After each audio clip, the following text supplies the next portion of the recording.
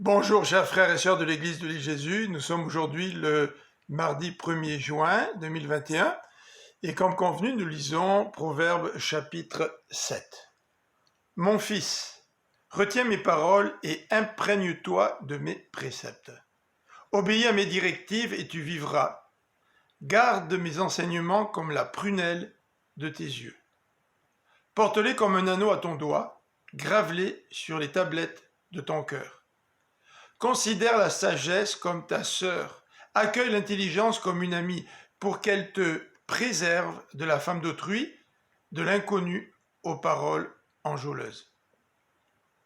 Un jour, je regardais à travers le treillis de ma fenêtre, et je vis parmi les stupides, j'observais parmi les jeunes, un jeune homme dépourvu de sens. Il passait dans la rue près du coin où se tenait l'une de ses femmes, se dirigeant vers sa maison. C'était au crépuscule, le jour baissait, et l'obscurité de la nuit commençait à se répandre.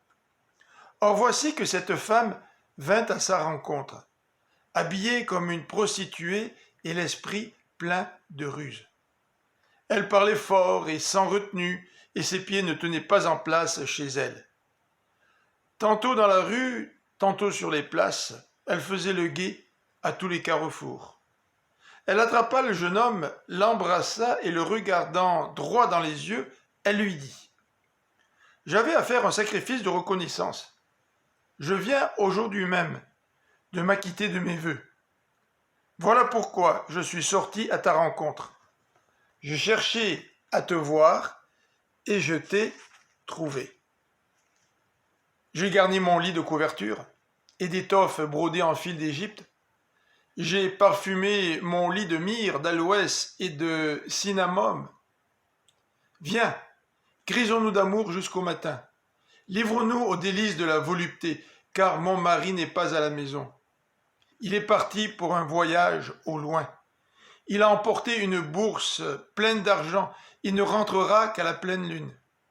À force d'artifice, elle le fit fléchir par ses doux propos, elle l'entraîna. Alors il se mit soudain à la suivre, comme un bœuf qui va à l'abattoir, comme un fou qu'on lie pour le châtier, jusqu'à ce qu'une flèche lui transperce le foie, comme un oiseau qui se précipite dans le filet, sans se douter qu'il y va de sa vie. Et maintenant, mes fils, écoutez-moi, prêtez l'attention à mes paroles, que votre cœur ne se laisse pas entraîner par une telle femme. Ne vous égarez pas dans ses sentiers, car nombreuses sont ses victimes blessées à mort, et ceux qu'elle a fait périr comptent parmi les plus robustes. Sa maison est le chemin du séjour des morts, qui mène directement aux demeures de la mort. Que le Seigneur vous bénisse. À demain.